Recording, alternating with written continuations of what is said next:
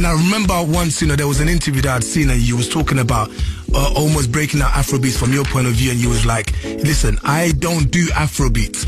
And as some people took it in a different, I wanted, as my brother, for you to clarify. Because some people took it in a way where it felt like I don't want nothing to do with Afrobeats. I'm so glad you said this today. And I think even myself, when I first read, I said, but this guy is Afrobeat, so this thing doesn't make sense. Good. One day when we sit down, I will want to ask him to give me his version.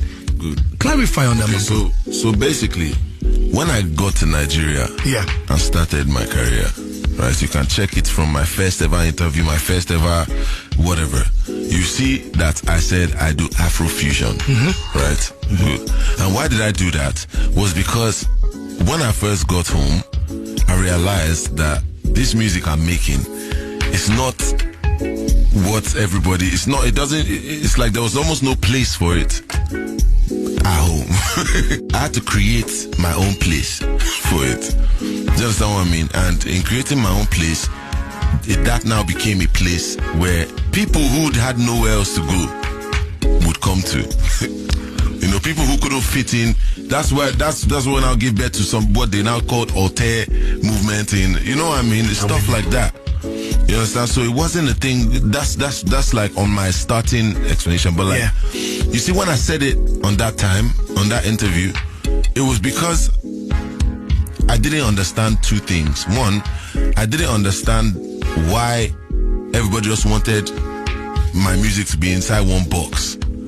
Right, and it was a by force thing. When from 2010 I've been saying this is what I make, this is why, because I'm mixing all these elements and having an African base. I'm not just aiming for, because I can't even possibly do, that's not who I am. Do you understand what I'm saying? So I needed something to explain that better.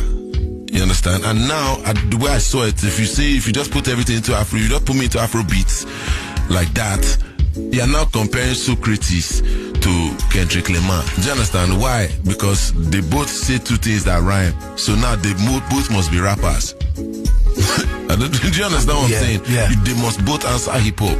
But one is philosophy, one is hip hop. One is I don't know what Socrates did. Is it math? What did this? Is it math? Socrates was math. It's not what Kendrick is doing, and it's not what Drake is doing. So that's really what I wanted to. But now the thing is, I didn't understand, that we needed an umbrella for this thing, for what we're doing to actually get somewhere.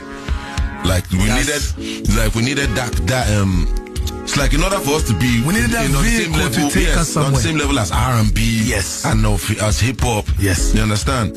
Like hip hop was already established before they now did trap, and before they now these other sub-genres come out. We are together now. Do you understand what I'm saying? So I didn't really come to terms with that part until I started seeing the reaction and seeing the division it was causing, and seeing how, understand. So I now got the whole point of the Afrobeats tag in that moment, and then I understood that if I understood this, then I would have gone about it differently, because why would I want to destroy something I'm building? And it's such a beautiful way to wrap this into, because it was the vehicle that you was one of the main drivers. It was almost saying, this is my stop. You guys, like that's like, and it's crazy that people even took it like that. But that's not what it is.